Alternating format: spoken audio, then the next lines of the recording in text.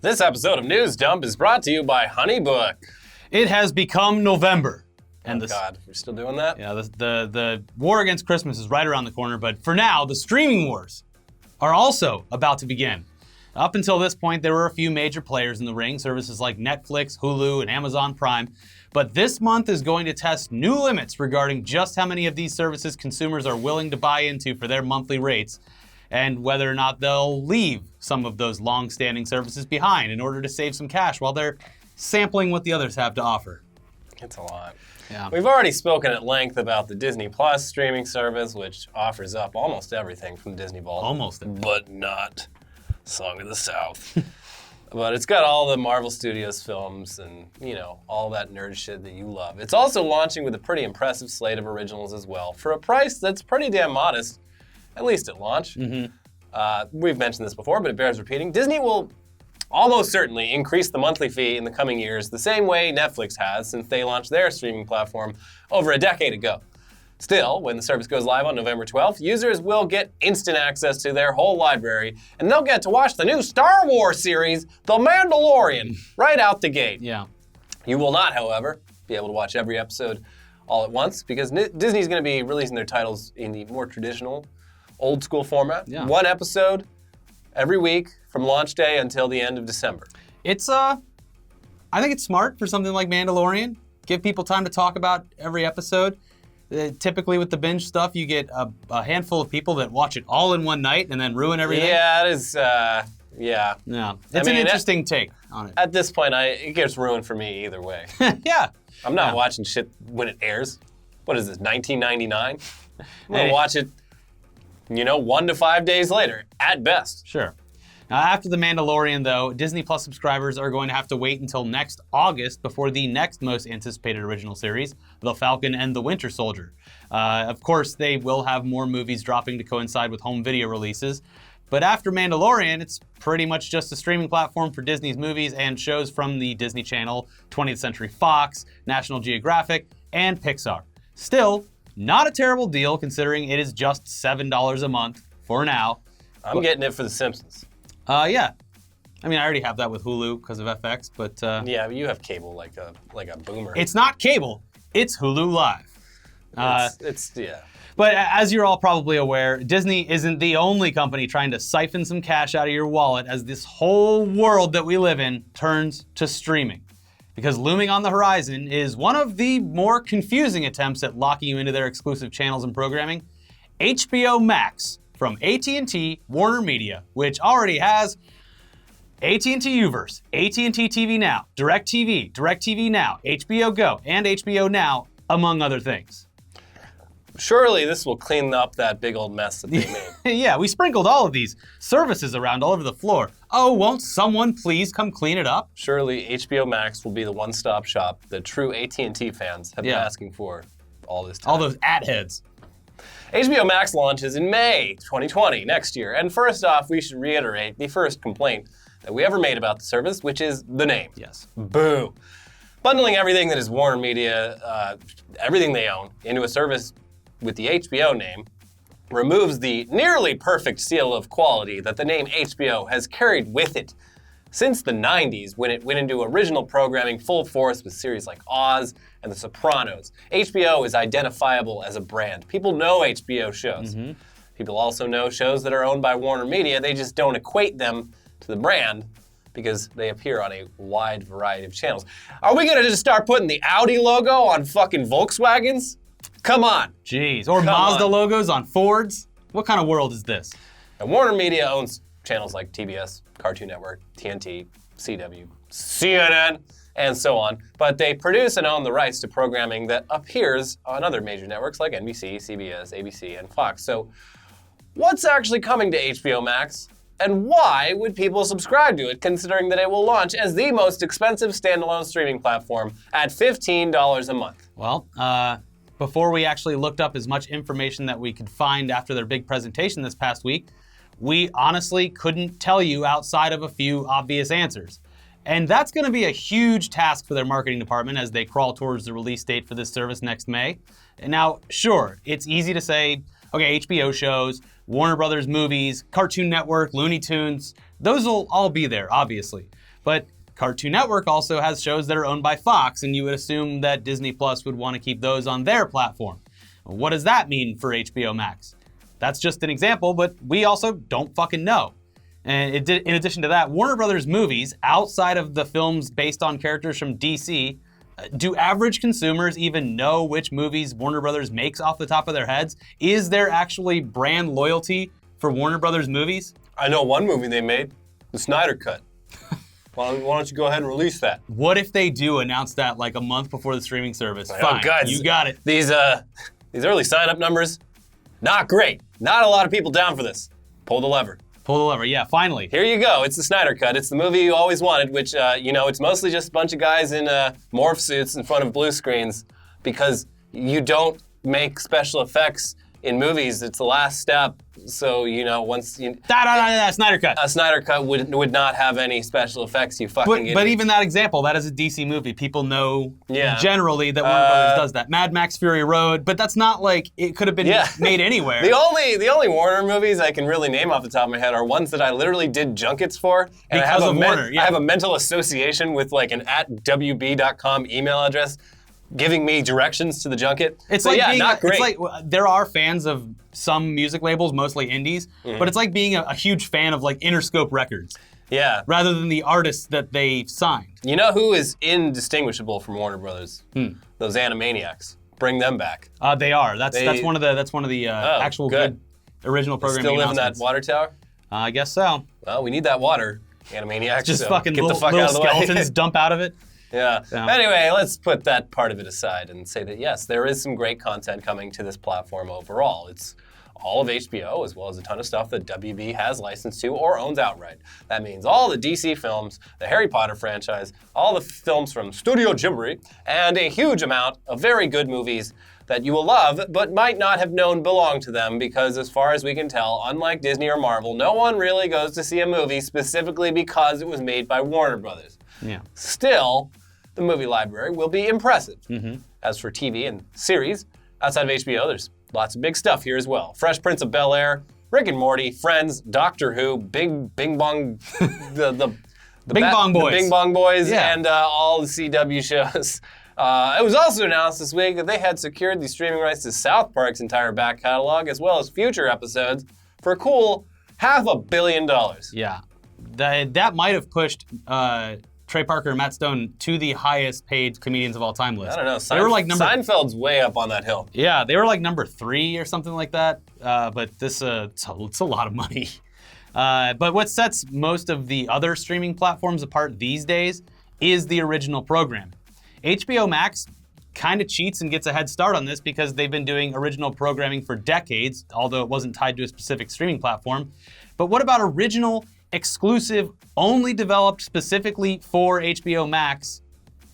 What is that going to look like? Well, let's take a look at their promotional page and see what we can look forward to. Okay, I recognize Adventure Time and I recognize the name Gossip Girl, but I have no idea what the rest are. And that's not to say that any of these shows won't be great or that the service won't have its own hit shows eventually based off new IP. It's just that there's not a lot that's there that's going to pull people in right out of the gate. And we do know, like I said, that they're rebooting Animaniacs at some point. They're doing that. Funny in the idea of it, the animated Gremlins series. That's what are you doing, guys? Yeah, so that's cool, I guess. Regardless, there will be plenty to watch on this service, regardless of your taste in TV shows and series. Let's get to the rollout of this. There's some great news to start off with here. If you're already an HBO Now subscriber or subscribe to HBO through DirecTV or AT&T, guess what? You won't notice a difference at all and will just become an HBO Max subscriber automatically for the same price you're already paying. Here's more good news for some people. If you're an AT&T Unlimited Wireless or top-tier AT&T home broadband customer, you're going to get HBO Max at no additional cost. And that's cool. Yeah, it is. And if you're not any of those, then you'll have to subscribe to the standalone service for the $15 a month. Yeah. But here's where it gets a bit confusing, because if you're an HBO subscriber through a cable company like Comcast, Spectrum, or whatever else, do you get access to HBO Max? We don't know. No. And it appears as though Warner Media doesn't know yet either. Yeah, Still ironing out the creases on this one. In a recent write-up about the service, the Washington Post brought this potential problem to light, saying this: to offer such a service to its subscribers, HBO doesn't actually have the clear field that the presentation suggested. It has an obstacle-strewn one. Outside of AT&T's providers and the HBO Now service, HBO relies heavily on outside companies to deliver its programming to some 30 million subscribers. Those companies, such as Comcast, Charter, and Dish, all take a chunk of revenue for providing and often promoting HBO. And that's where the problem comes in. These are companies AT&T does not own, and they're companies that decidedly have a vested interest in not shifting their consumers over to HBO Max. Why would they? They don't stand to take in any of the dollars once it happens. A Comcast representative and a Charter representative, the company's two biggest cable providers, declined to comment. I mean, by that same token, Comcast they own NBC Universal. And they're going to be doing their own. They're going to run into some of these same problems. Why would I want to host content that is promoting my competitor? That would be that's a conflict of interest. And that's one of the main problems we've talked about over the course of this giant split up of all of the media companies is we're just going to end up with the same price we paid for cable, but with 10 different things to track down and pay every month, and with 10 different things to go through and find what we want. It's not great for the consumer. Very inconvenient. That article continues. How does HBO move them over, and why would those companies help them do it? An executive at one provider laughed when the question of such assistance was posed. If anything, they would have motive to stop subscribers from shifting to HBO Max. Such a switch is money directly out of their pockets, and that puts HBO, which needs these companies to get aboard or at least out of the way, in a tough spot. Now, in their FAQ about the service, it just says, if you subscribe to HBO through a cable or TV provider, stay tuned for more details as we get closer to a launch date. Fuck. We didn't think about this shit. Wait, hold on. Oh, Jesus Christ. Why didn't anyone tell us that this would be a problem? Ugh. And a rep from Warner Media responded to that inquiry saying, we are in active discussions with our distributors. The intent is indeed to get these existing 30+ million consumers access to HBO Max as soon as we possibly can. Yeah. But not very confident in that statement. Fuck. They have essentially 6 months or so. Oh, God. May? We're launching in May? Let's push it back, guys. We need to get the Snyder Cut done, and we need to get these distributors on board. Yeah. The Post also suggests that Warner has basically 3 options when they face this problem. Pay a fuckload of money to the providers to offset their potential losses, go to war with them, or raise the price of HBO Max for customers who have no ties to AT&T. All 3 of these options could easily be described as not great, so who knows? Obviously, we'll find out more as we get closer to May 2020, but as it stands right now, what are your thoughts on this specific streaming platform? I know Nick Gregorio loves it, but what do you think? If you're lumped into one of the categories of people who will get it at no additional cost, hey, that's great. Awesome. But for those of you who don't have financial ties to HBO or AT&T, do you really see yourselves paying the $15 a month fee to join this service? If you're not already paying for HBO, which is you pay for it because of the quality of the shows and everything, are you really going to jump into this for HBO Plus a little bit more? I mean, I probably will, but I'm pretty sure what I'm going to be doing is, rotating the services in and out. Yeah. Dump Netflix till something you want to see comes back on. Have my Disney month, have my Netflix month, my AT&T, Warner Media conglomerate month. All I can say is we're at least at this point lucky that it's not like cable or like wireless plans where you're sometimes locked into a contract where it's like, we only do like a yearly subscription and there's an early termination fee. Yeah, and we won't let you know when it rolls over into the real plan where you're paying twice as much. Yeah, exactly. I mean, that could happen in the future. That's true. Putting it in perspective, the cable companies, you really can't understate just how fucking terrible they are. And by comparison, this is a lot more streamlined and a lot less evil. Yeah. So that's nice. It's still inconvenient. One day you're going to tell your kids we had it a lot better. Not with cable. I'm talking about the years between 2007 and like 2017 or something. Although it would be funny if companies came out with, I guess we already do have that with like dongles and like the NVIDIA Shield and Google Chromecast The and AT&T shit. box. Yeah, but it would be funny if there was a company who like sold a box with packages of all the streaming services and a extremely terrible interface for cycling through all of them. Anyways, we're actually very curious about how you feel about all of this and the streaming wars in general. So discuss in the comments below, because like I said, I'm interested to see what people think about this, because I'm in my own bubble and in the entertainment bubble here where I have friends who are going to get these services because they work in entertainment and stuff like that. But it's a tax write-off. It sure is. But before we get in the rest of this week's news from the world of entertainment and more, it's time to take a quick break to thank today's sponsor, HoneyBook. If you run your own business, you're used to doing it all. But if you're struggling to get through your to-do list, HoneyBook can help. HoneyBook is an online business management tool that organizes your client communications, bookings, contracts, and invoices all in one place. They make it simple to run your business better.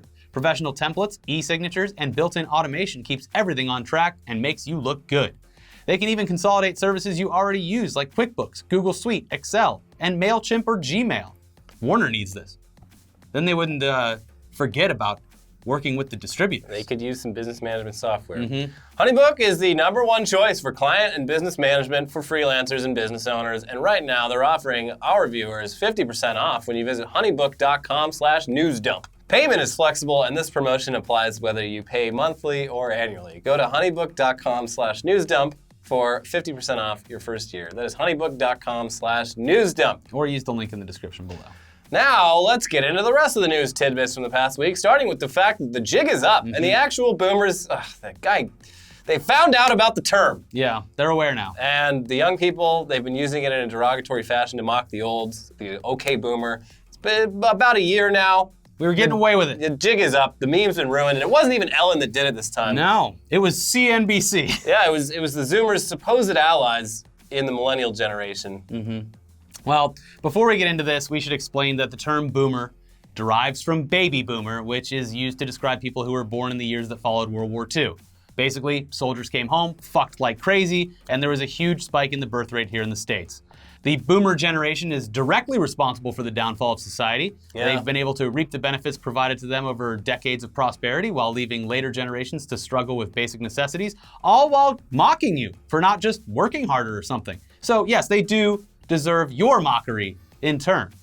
But we're also all very aware that the term boomer has, like a lot of terms, changed and expanded in its definition to basically include anyone who's older than you or acts like an old person. Specifically, like a old person who is almost certainly white, male, and has some money. Yeah. That's specifically it.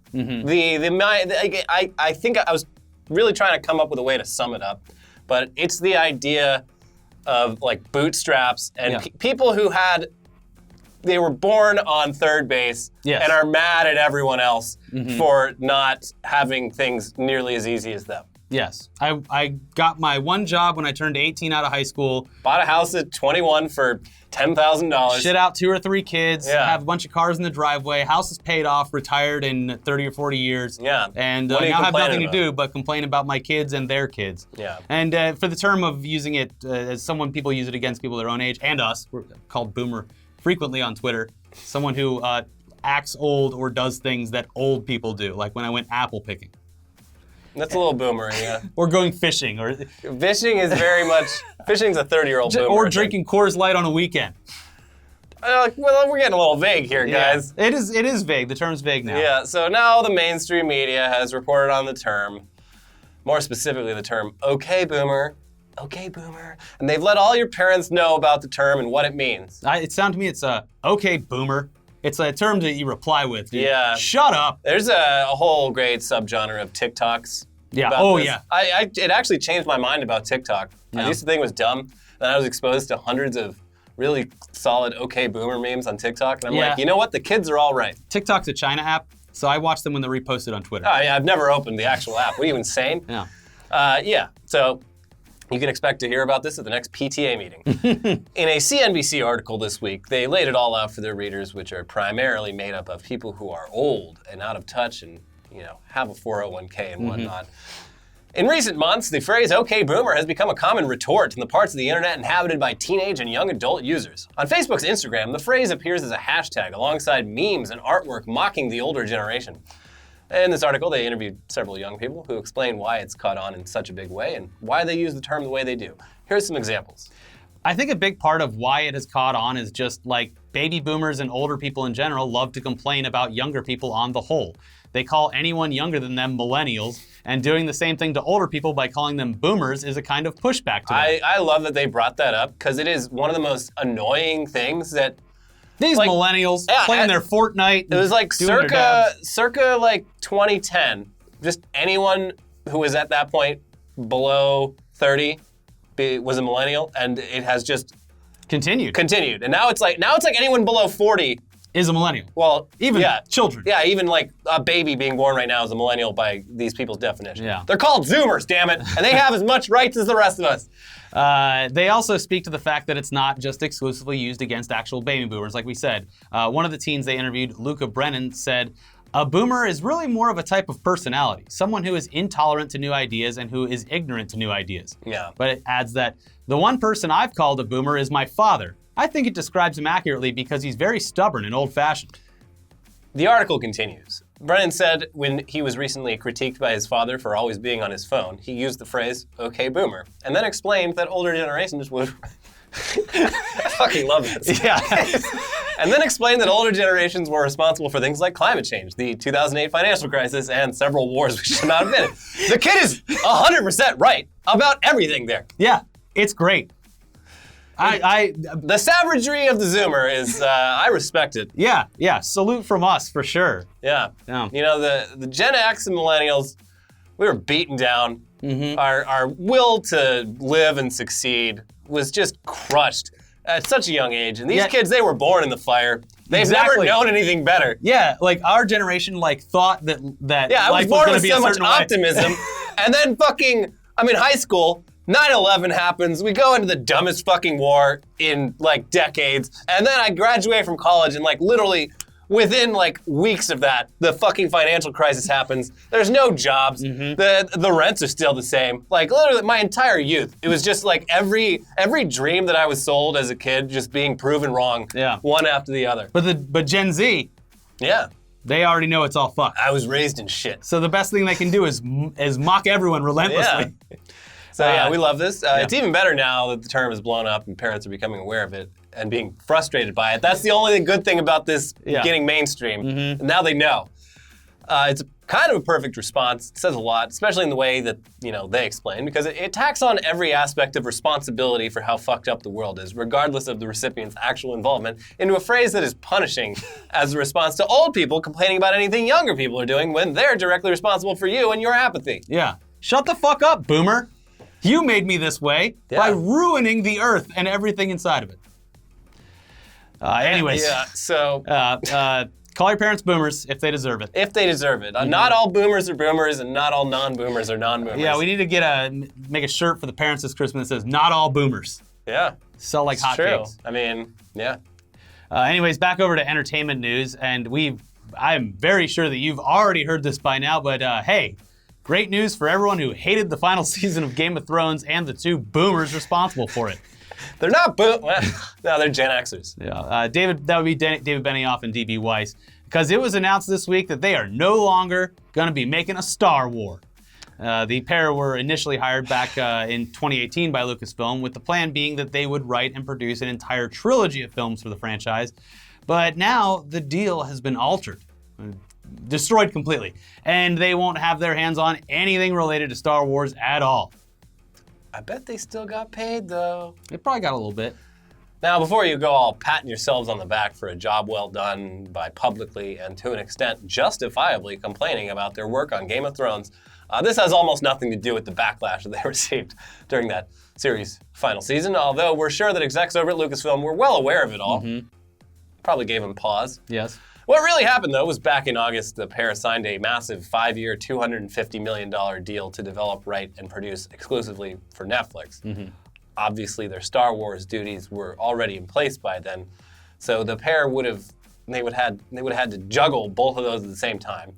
According to them, it was their idea to leave, saying in a joint statement, "There are only so many hours in the day, and we felt we could not do justice to both Star Wars and our Netflix projects, so we are regretfully stepping away from Star Wars." But, according to The Hollywood Reporter, there was a bit more to it than that. And while it's in both parties' best interests for the split to be amicable, it's more likely that they stepped away because they were being pushed out the door. In their reporting, they stated that sources tell The Hollywood Reporter that Benioff and Weiss's exit had been brewing since August. Lucasfilm chief Kathleen Kennedy is said to have been unhappy with the Netflix deal inked just as they were scheduled to begin on Star Wars. Yeah, I can understand Kathleen, where she's coming from here. Yeah. What the fuck, guys? Jesus. You're making a Star Wars. It continues, Kennedy was not convinced the pair, known for focusing on one project at a time, could develop a sci-fi trilogy while also overseeing film and TV projects at Netflix. Sources say that as the duo shopped for an overall deal over the summer, they told potential suitors that they plan to work on Star Wars concurrently with any projects under their new deal, which is the opposite of what they said publicly, because they were like, when the Netflix deal broke, they were like, don't worry, we're not going to work on any of the Netflix stuff until we completely finish what we're doing with Star Wars, which would have meant that they would have been locked down with the Star Wars deal. A trilogy is going to be multiple years. Yeah, it's like, why would you sign a deal with Netflix if you can't start work for like 5 years? Because Netflix had their checkbook out. Yeah, well, and Netflix's checkbook, it was thicker than Disney's. I guess so. It should also be noted, though, that in addition to the less than stellar reception that the final season of Game of Thrones got, the latest project from one half of the duo was also a complete fucking bomb. I didn't even realize this was him, but Gemini Man, which we reported last week, will end up losing its studio nearly $100 million, thanks to its catastrophically low box office numbers. And that was written by David Benioff. So, while it's obviously reported that the relationship between them and Lucasfilm had grown sour back in August, the performance of Gemini Man couldn't have helped, and this announcement was made just after that film had been released and failed. Interesting timing. They also did some press conference where they were asked a lot of questions about making Game of Thrones and answered surprisingly honestly, but in ways that did not reflect well on them at all as creators. They were just like, I don't even, like, we still don't know why George R.R. Martin gave us, like, the keys to the car on this thing. What an idiot. It's like, we were kind of surprised when you approved it. They just said, like, a bunch of shit. The pilot was the first thing they'd ever made.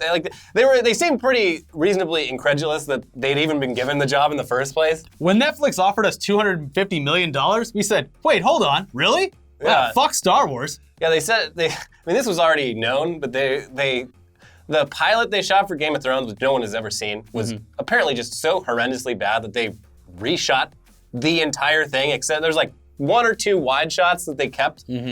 And they were just like, wow, we just blew like $20 million. Probably gonna get fired over this. Nope. Like, nope. Hey guys, how'd you like to shoot that whole thing all over again? Well, here's what's for them personally.